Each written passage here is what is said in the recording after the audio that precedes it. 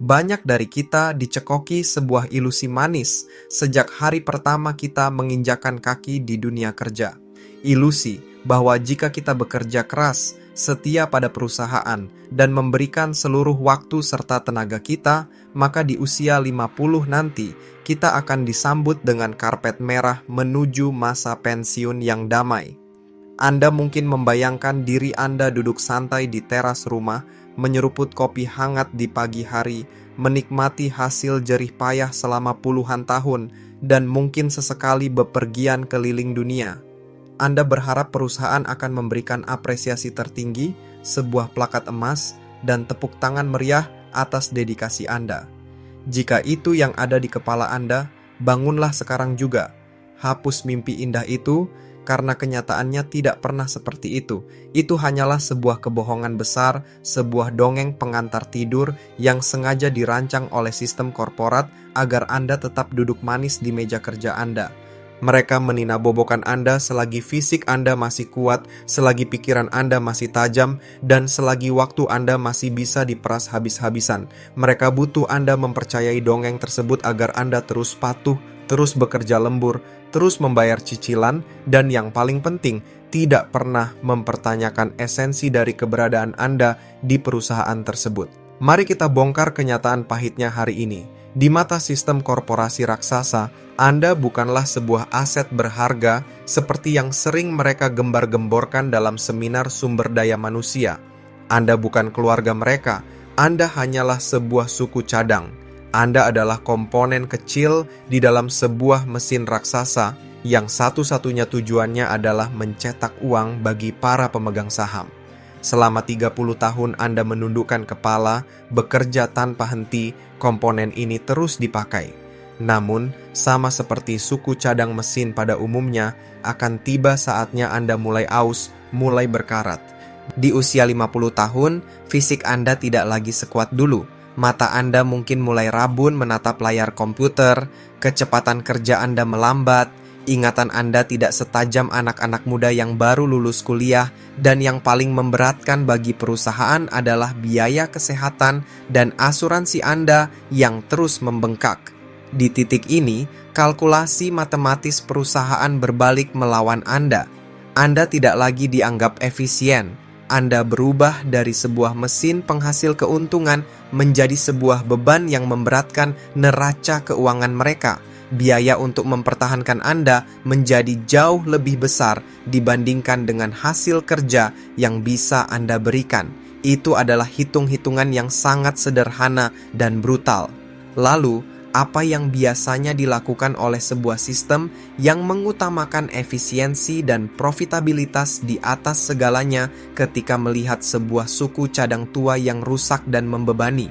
Apakah mereka akan merawatnya dengan penuh kasih sayang? Tentu saja tidak. Mereka akan mencabut suku cadang tersebut dan membuangnya ke tempat sampah tanpa basa-basi sedikit pun. Posisi Anda akan segera digantikan oleh suku cadang baru, anak-anak muda yang lebih segar, yang bersedia dibayar jauh lebih murah dan yang lebih mudah untuk diatur. Ingatlah kata-kata ini. Kata pensiun atau restrukturisasi seringkali hanyalah bahasa halus dari korporat untuk menendang Anda keluar. Banyak motivator di luar sana yang mencoba menghibur dengan mengatakan bahwa usia 50 adalah titik balik kehidupan, sebuah awal yang baru. Jangan dengarkan omong kosong itu. Ini bukanlah sebuah titik balik yang indah, melainkan sebuah garis depan dari medan pertempuran yang sama sekali tidak pernah Anda persiapkan. Ini adalah perang untuk bertahan hidup. Ini adalah skenario kiamat pribadi Anda ketika sistem tiba-tiba mencampakkan Anda. Perlu Anda sadari bahwa sistem tidak peduli sama sekali apakah tabungan di rekening Anda cukup untuk membeli makan besok pagi. Mereka tidak peduli apakah cicilan rumah Anda masih menunggak belasan tahun. Mereka menutup mata terhadap fakta bahwa anak-anak Anda mungkin masih membutuhkan biaya besar untuk menyelesaikan kuliahnya. Di saat surat pemutusan hubungan kerja itu jatuh di meja Anda sendirian. Anda seolah-olah dilemparkan dari helikopter ke tengah hutan belantara yang gelap, tanpa membawa peta, tanpa kompas, dan tanpa amunisi pertahanan. Karena itulah, di saat-saat kritis seperti ini, Anda tidak membutuhkan sekadar tips menabung yang manis atau seminar motivasi yang mengajak Anda berpikir positif. Anda tidak butuh anjuran untuk berkebun dan menikmati hari tua. Yang Anda butuhkan secara mendesak adalah sebuah manual perang. Anda butuh strategi tempur yang brutal dan realistis agar Anda tidak mati kelaparan saat sistem membuang Anda ke jalanan. Dengarkan baik-baik. Anda mungkin merasa aman saat ini.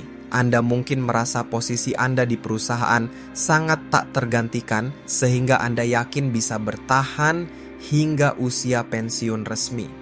Anda pikir Anda memiliki kemampuan ajaib untuk memprediksi kapan badai akan datang. Nyatanya, skenario pemecatan itu bisa terjadi besok pagi. Ya, besok pagi, bukan 10 tahun lagi. Sistem tidak selalu menunggu Anda menjadi tua bangka untuk menyingkirkan Anda. Mereka bisa melakukannya kapan saja dengan 1001 alasan yang terlihat rasional di atas kertas. Restrukturisasi organisasi, efisiensi operasional akibat krisis global, pemutusan hubungan kerja massal, atau alasan yang paling mengerikan di era modern ini, peran Anda baru saja digantikan oleh kecerdasan buatan atau AI yang bekerja ribuan kali lebih cepat, jauh lebih murah, dan tidak pernah menuntut kenaikan gaji apalagi mengeluh sakit. Saat surat sakti itu benar-benar mendarat di hadapan Anda, reaksi pertama dan paling manusiawi yang akan Anda alami adalah panik. Kepanikan adalah musuh internal yang paling mematikan. Panik adalah racun yang akan melumpuhkan akal sehat dan merusak seluruh struktur logika di otak Anda. Dan ketika Anda dipenuhi kepanikan karena tidak tahu bagaimana cara memberi makan keluarga bulan depan, Anda akan mulai mengambil keputusan-keputusan paling bodoh dan menghancurkan dalam hidup Anda. Anda akan terpaksa menjual aset-aset berharga seperti mobil atau tanah dalam kondisi merugi karena butuh uang cepat. Anda akan mencairkan investasi jangka panjang yang sedang turun harganya, menghancurkan masa depan finansial Anda sendiri. Atau yang lebih parah, Anda akan berlari mencari pertolongan pada pinjaman online atau rentenir, menggali lubang kuburan finansial Anda semakin dalam hanya demi bisa bernapas satu hari lagi. Mari kita bongkar ilusi tentang tabungan ideal yang selama ini dijejalkan ke pikiran kita oleh para perencana keuangan bergaji tinggi di luar sana.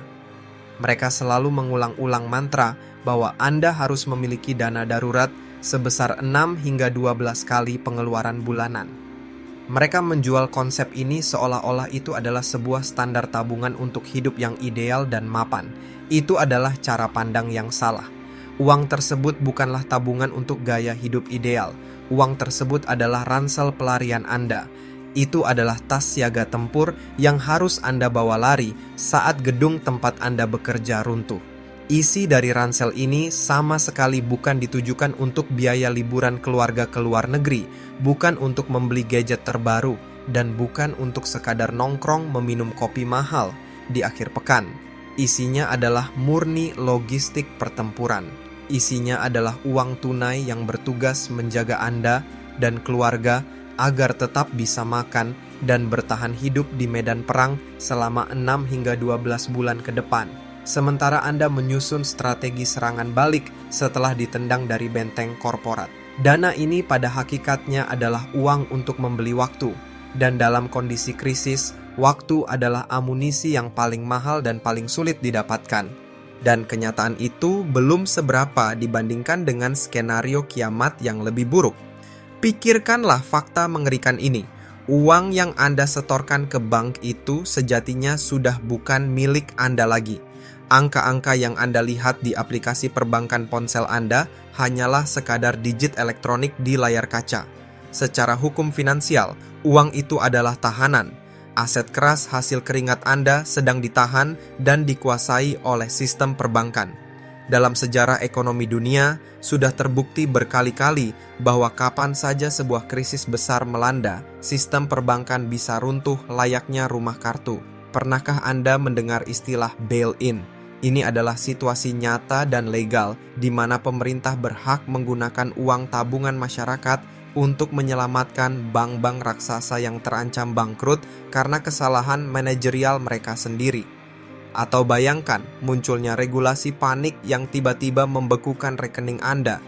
Saat krisis moneter yang sesungguhnya terjadi, tabungan seumur hidup yang Anda percayakan kepada pihak ketiga itu bisa menguap dan lenyap tanpa bekas hanya dalam waktu semalam. Mereka yang memiliki kendali atas tombol-tombol sistem tersebut, bukan Anda. Jadi, apa jurus pertahanan mutlaknya? Sebut saja ini sebagai strategi membangun Bahtera Nuh. Ketika Anda melihat tanda-tanda bahwa badai besar dan banjir inflasi pasti akan datang menenggelamkan daratan, tindakan paling bodoh adalah menimbun karung pasir. Tindakan yang benar adalah mulai memotong kayu dan membangun bahtera yang kokoh. Anda harus memecah dan menyebar amunisi finansial Anda. Jangan pernah menjadi orang yang terlalu naif dengan mempercayai 100% pada satu sistem tersentralisasi. Jangan pernah meletakkan seluruh telur emas berharga Anda di keranjang milik musuh. Mulailah secara agresif memindahkan sebagian kekayaan hasil kerja keras Anda keluar dari jangkauan sistem fiat. Sembunyikan dan simpan kekayaan Anda di tempat yang aman. Di mana tempat yang aman itu, konversikan uang kertas Anda yang nilainya terus merosot menjadi aset-aset fisik abadi yang tidak bisa diketik atau dicetak sembarangan oleh tangan politisi dan bankir. Beralihlah ke aset yang telah teruji, mampu mempertahankan kekayaan manusia selama ribuan tahun peradaban. Belilah emas fisik. Ingat, emas fisik batangan yang nyata, bukan sekadar emas digital atau sertifikat kertas yang rentan dimanipulasi. Peganglah emas itu di tangan Anda sendiri. Kumpulkan perak fisik. Belilah properti tanah dan bangunan yang memiliki wujud nyata dan memberikan fungsi dasar bagi manusia. Jika perlu, simpan juga dalam bentuk mata uang asing dari negara yang memiliki disiplin moneter sangat kuat. Kumpulan aset-aset fisik inilah yang akan menjadi tembok benteng pertahanan terakhir Anda. Saat sistem di luar sana sedang sibuk menghancurkan nilai dari mata uang kertas yang mereka ciptakan sendiri, Anda bisa duduk dengan tenang dan aman di dalam bahtera Anda. Anda terlindungi karena memegang aset bernilai nyata yang fundamentalnya tidak akan pernah bisa diakali atau dimanipulasi oleh mesin cetak uang manapun di dunia. Langkah keempat adalah jurus mengubah diri menjadi seorang tuan, yaitu dengan membangun aset-aset yang terus mencetak uang bahkan saat Anda sedang tertidur lelap.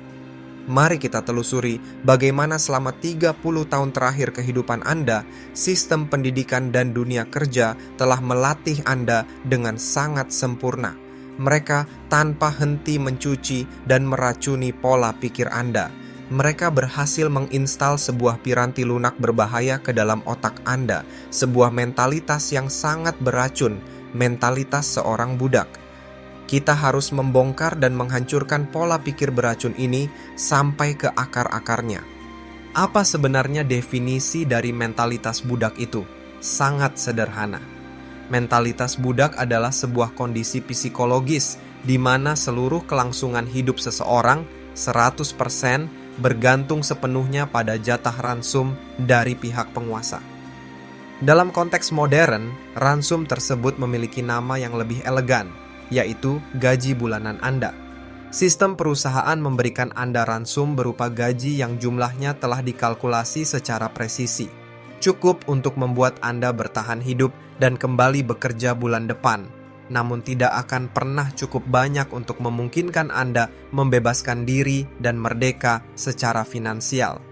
Anda menghabiskan energi Anda bekerja keras selama 30 hari kalender hanya untuk menerima sekeranjang ransum yang secara matematis juga akan habis terkuras dalam waktu 30 hari berikutnya. Ini adalah desain sebuah lingkaran setan ekonomi yang sangat sempurna. Sebuah jebakan hamster yang terus berputar tanpa ujung. Bahaya paling mematikan dari kondisi ini adalah bahwa seorang budak yang sudah terlalu nyaman dan bergantung pada ransum tersebut akan mengalami kelumpuhan total secara fisik maupun mental jika tiba-tiba suplai ransum itu dihentikan. Dan ingatlah poin pertama tadi, sistem pasti akan menghentikan ransum itu dengan paksa di saat Anda menginjak usia 50 tahun. Di saat keran gaji itu ditutup selamanya, Anda tidak tahu cara mencari makan sendiri dan akhirnya Anda mati kelaparan. Titik. Sekarang, mari kita bandingkan secara diametral pola pikir tersebut dengan mentalitas seorang tuan. Seorang yang memiliki jiwa majikan atau tuan sama sekali tidak pernah mau menggantungkan nasib hidupnya pada belas kasihan ransum yang diberikan oleh orang lain. Seorang tuan pantang duduk diam menunggu piringnya diisi makanan. Sebaliknya, seorang tuan menghabiskan sebagian besar waktunya, energinya, dan kecerdasannya untuk membangun pabrik ransumnya sendiri. Seorang tuan mendedikasikan fokusnya pada satu tujuan utama yang tak tergoyahkan, mengumpulkan dan membangun aset. Aset adalah sekumpulan pekerja mekanis yang tidak kenal lelah, yang akan terus bekerja tanpa henti untuknya. Aset yang benar adalah entitas yang terus-menerus memuntahkan uang tunai ke dalam sakunya, bahkan di saat ia sedang tertidur nyenyak, sedang berlibur, atau sedang sakit. Jika Anda hanya mengandalkan gaji, itu berarti Anda harus menukarkan fisik dan waktu Anda bekerja minimal 8 jam sehari. Jika Anda tidak bekerja, uang tidak datang. Namun jika Anda memiliki aset, aset tersebut bekerja dan menghasilkan nilai selama 24 jam penuh untuk Anda, tanpa pernah meminta hari libur atau cuti sakit. Apakah Anda sudah bisa memahami perbedaan fundamental yang membedakan kelas pekerja dan kelas penguasa kekayaan? Untuk memperjelas, mari kita gunakan perumpamaan tentang air.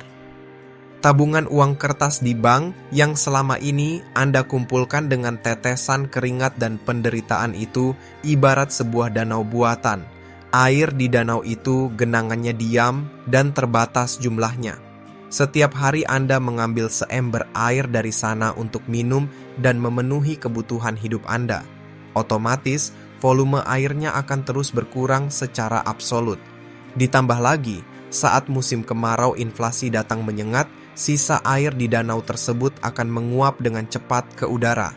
Suka atau tidak suka, cepat atau lambat, danau kebanggaan Anda itu akan kering kerontang, menyisakan lumpur dan keputusasaan. Di sisi yang berbeda, sebuah aset produktif mengadopsi karakteristik dari sebuah mata air alami. Mata air memiliki sumber yang terus mengalir dari dalam tanah, tak pernah putus bergejolak mengeluarkan air segar. Anda bisa bebas meminum airnya sebanyak yang Anda mau setiap hari, namun sumber airnya tidak akan pernah habis atau mengering. Ia akan terus mereproduksi aliran arus kas atau cash flow baru untuk membasahi rekening Anda bulan demi bulan, tahun demi tahun. Oleh karena itu, jurus keempat ini menuntut Anda untuk melakukan akumulasi aset produktif secara masif. Anda wajib memutar haluan fokus mental Anda 180 derajat. Berhentilah mempertahankan pola pikir picik layaknya seorang budak yang fokus hidupnya hanya berkutat pada bagaimana menyisihkan sedikit sisa ransum gajinya di akhir bulan. Mulailah berpikir agresif layaknya seorang tuan tanah atau pemilik pabrik. Pertanyaannya, pabrik apa yang harus Anda bangun? Bentuknya bermacam-macam. Itu bisa berupa jejeran kamar kos-kosan yang menyetor uang sewa ke rekening Anda setiap bulan tanpa Anda harus bekerja di sana. Itu bisa berupa bangunan ruko komersial yang Anda sewakan kepada pengusaha lain dengan kontrak tahunan. Itu bisa berupa sebuah model bisnis yang sistemnya sudah mapan dan bisa berjalan secara autopilot tanpa membutuhkan kehadiran fisik Anda sedikit pun. Atau itu bisa berupa royalti pasif dari buku yang Anda tulis, hak paten atau karya cipta digital lainnya yang terus dibeli orang di internet. Berbagai bentuk aset produktif inilah yang akan menjadi mesin pabrik raksasa penyelamat hidup Anda. Mesin-mesin inilah yang akan terus menyuplai amunisi uang dan memberi makan keluarga Anda puluhan tahun lamanya, jauh melampaui masa di mana sistem korporasi menendang Anda keluar dari pintunya dan mencampakkan Anda. Dengan membangun mesin ini, Anda berevolusi menjadi penguasa mutlak atas perekonomian Anda sendiri. Dan yang tidak kalah krusialnya adalah jurus melarikan diri dari wilayah pertempuran mematikan atau kill zone. Anda harus segera menyusun cetak biru untuk keluar dari jebakan kota metropolis besar yang selama ini bagaikan lintah, memeras habis seluruh sumber daya finansial Anda. Mari kita evaluasi posisi Anda saat ini. Misalkan Anda telah menjalankan 4 jurus sebelumnya dengan disiplin baja. Anda telah sukses mengumpulkan dana darurat likuid di dalam ransel pelarian Anda. Anda telah memutus dengan tegas rantai riba yang membelenggu leher Anda. Anda sudah berhasil membangun benteng emas dan properti fisik yang tahan terhadap gempuran inflasi bank sentral. Dan hebatnya lagi, Anda perlahan-lahan sudah mulai menikmati hasil dari pabrik aset produktif yang terus mengirimkan uang ke rekening Anda. Namun, jika Anda berpikir bahwa dengan semua pencapaian itu Anda bisa dengan nyaman dan tenang menjalani masa pensiun di tengah hingar-bingar kota besar seperti Jakarta, Surabaya, atau Bandung, maka Anda sedang menggenggam sebuah ilusi fatal terakhir yang harus segera kita hancurkan berkeping-keping. Berpikir untuk menghabiskan sisa umur di kota metropolis adalah sebuah kesalahan strategis. Kota besar bukanlah tempat yang ramah untuk para pensiunan yang ingin menikmati sisa waktu hidupnya. Sejatinya, kota besar adalah sebuah mesin penggiling daging berukuran raksasa. Kota metropolis adalah sebuah arena gladiator modern yang desain arsitekturnya sengaja diciptakan oleh para elit sistem untuk satu tujuan spesifik, memeras seluruh uang dan keringat Anda hingga benar-benar kering kerontang yang tersisa di tubuh Anda. Mari kita bedah secara logis mekanisme pemerasan sistemik yang beroperasi secara senyap di balik gemerlapnya lampu kota. Mengapa orang-orang terjebak dan sulit kaya di kota besar? Jawabannya karena sistem telah dengan sengaja merekayasa harga dan biaya properti di sana hingga ke tingkat yang sangat tidak masuk akal dan irasional. Mereka mencekik leher masyarakatnya secara perlahan-lahan dengan standar biaya hidup pokok yang laju kenaikannya meroket secara ugal-ugalan. Semua ini terjadi sebagai dampak nyata dari inflasi mematikan yang mereka ciptakan sendiri dari gedung-gedung bank sentral. Dan kejahatan sistem ini tidak berhenti sampai di harga kebutuhan pokok saja. Untuk memastikan dompet Anda selalu kosong, mereka menciptakan jebakan manipulasi psikologis yang tak kalah dahsyatnya, yaitu jebakan gengsi kelas sosial. Mereka mencuci otak Anda melalui iklan dan media sosial, sehingga Anda merasa harus membeli secangkir kopi dengan harga selangit setiap pagi hanya untuk merasa sukses. Mereka menanamkan kebutuhan semu agar Anda wajib pergi menghambur-hamburkan uang ke pusat perbelanjaan mewah setiap akhir pekan. Percayalah, semua kebiasaan gaya hidup ini adalah ratusan rantai besi kecil yang ketika dililitkan bersama-sama akan mengikat tubuh Anda secara permanen di arena tersebut. Gaji besar bernilai puluhan juta yang sering Anda banggakan kepada keluarga di kampung halaman itu sebenarnya hanyalah sebuah kamuflase belaka. Di kota besar, angka nominal gaji besar Anda tersebut pada hakikatnya bukanlah sebuah kekayaan. Uang itu hanyalah sekadar uang pas-pasan yang dihabiskan sebagai tiket atau biaya minimum untuk bertahan hidup. Gaji Anda itu lenyap tak bersisa setiap bulannya semata-mata untuk membayar semacam hak istimewa palsu agar Anda diizinkan tetap tinggal dan diputar di dalam mesin penggiling daging kota besar tersebut. Sekarang mari kita pahami sebuah logika tingkat tinggi mengenai daya beli.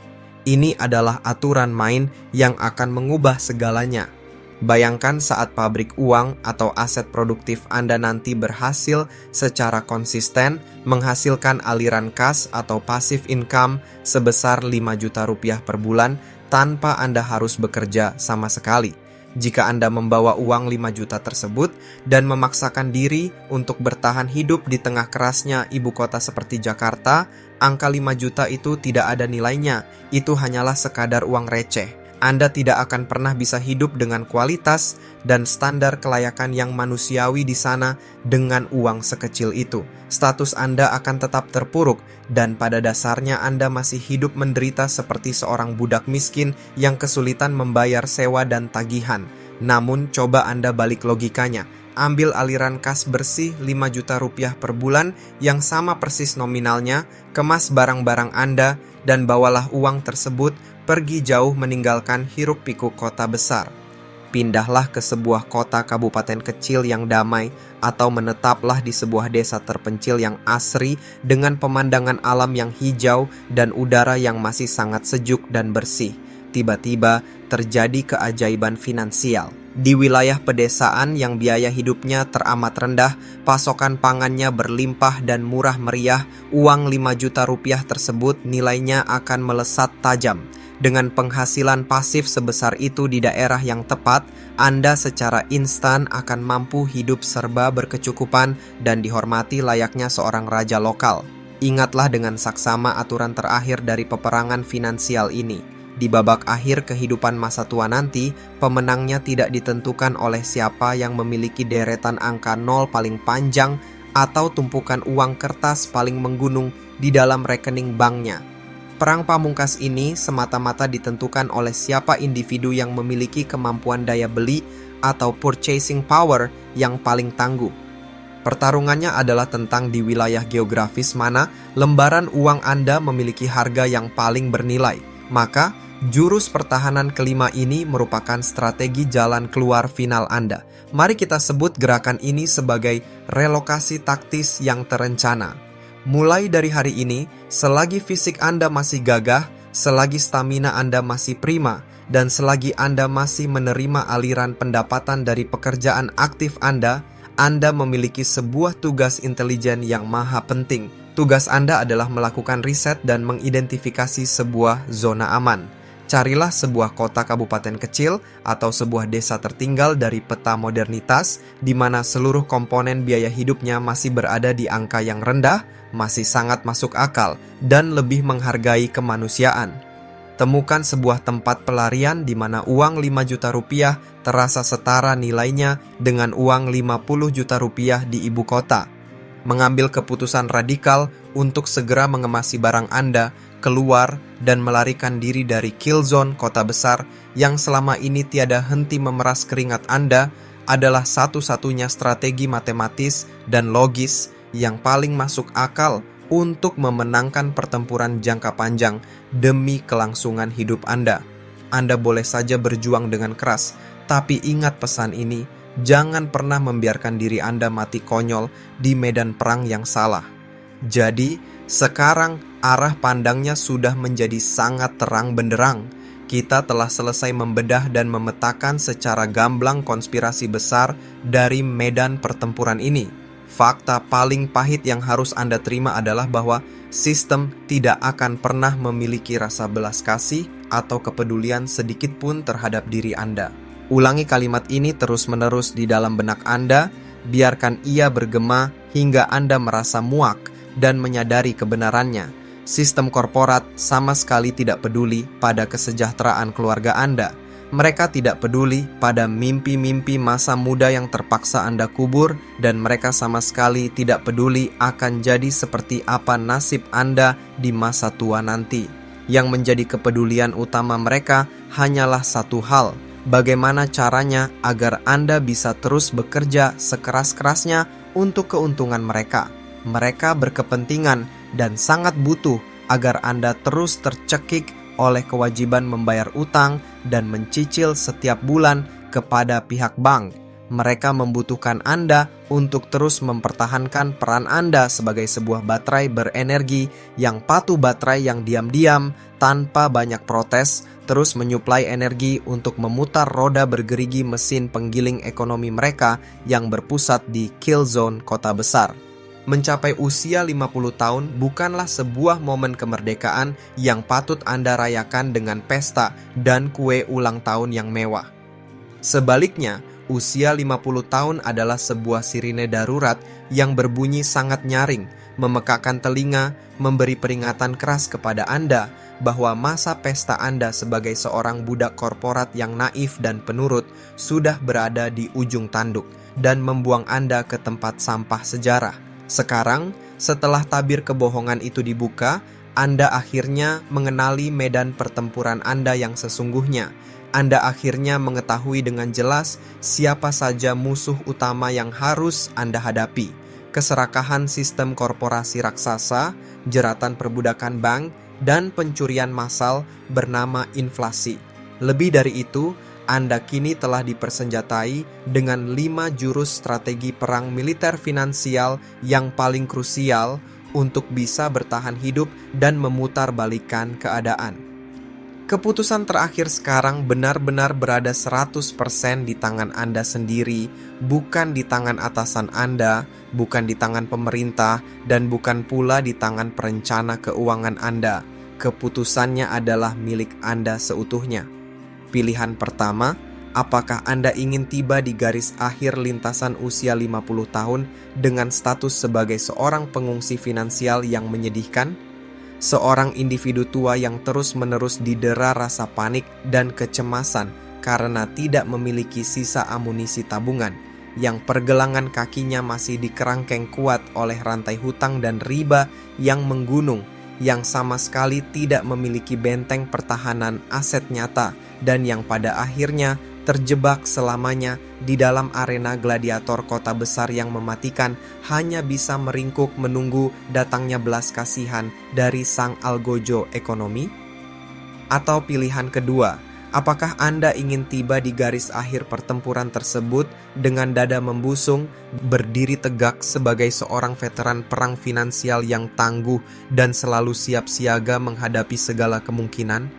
Sebagai seorang penyintas hebat yang telah berhasil mencapai puncak kemandirian hidup, yang melangkah ringan tanpa sedikit pun beban hutang, yang dengan bangga mengawasi operasional mesin pabrik kekayaannya sendiri, yang terus-menerus mengalirkan pundi-pundi rupiah dari waktu ke waktu tanpa henti, dan yang akhirnya bisa menghembuskan napas lega, hidup dengan kedamaian pikiran sebagai seorang tuan yang merdeka di tengah-tengah benteng zona aman yang dengan susah payah Anda bangun dengan kedua tangan Anda sendiri?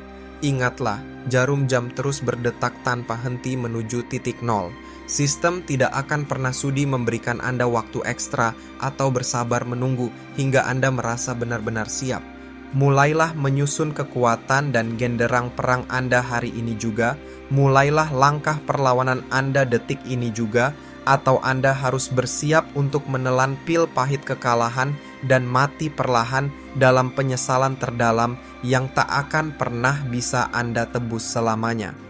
Pilihan mutlak kini ada di tangan Anda. Mulailah berjuang sekarang. Jika Anda tidak mengikuti jeda jajan, Anda mungkin tidak akan pernah melihat akun ini lagi. Tetapi jika Anda mengikuti selamat Anda bertumbuh setiap hari,